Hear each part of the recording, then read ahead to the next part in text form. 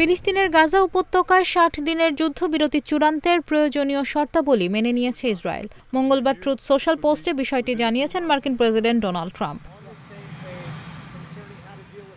Donald Trump বলেন, প্রস্তাবিত ৬০ দিনের যুদ্ধবিরতির সময়ে যুদ্ধের অবসান ঘটাতে সব পক্ষের সাথে কাজ করবে যুক্তরাষ্ট্র। গাজায় শান্তি প্রতিষ্ঠায় কঠোর পরিশ্রম করা কাতার ও মিশরীয় কর্মকর্তারা চূড়ান্ত প্রস্তাবটি উত্থাপন করবে বলেও জানান ট্রাম্প। গাজার পরিস্থিতি কেবল খারাপই হতে থাকবে উল্লেখ করে হামাস চুক্তিটিতে রাজি হবে বলে আশা প্রকাশ করেন মার্কিন প্রেসিডেন্ট। তবে যুদ্ধবিরতির শর্তগুলো কী সে বিষয়ে বিস্তারিত জানাননি তিনি।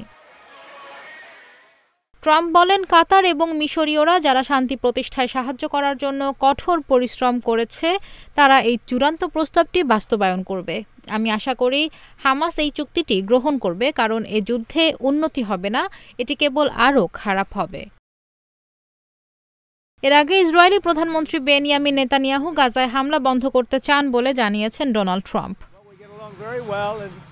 ২০২৩ সালের ৭ অক্টোবর ইসরায়েলে হামলা করে গাজার স্বাধীনতাকামী গোষ্ঠী হামাস। এতে ১২০০ জনের প্রাণহানি হয়। ওই দিন থেকেই গাজায় ব্যাপক হামলা চালাতে শুরু করে ইসরায়েলি বাহিনী।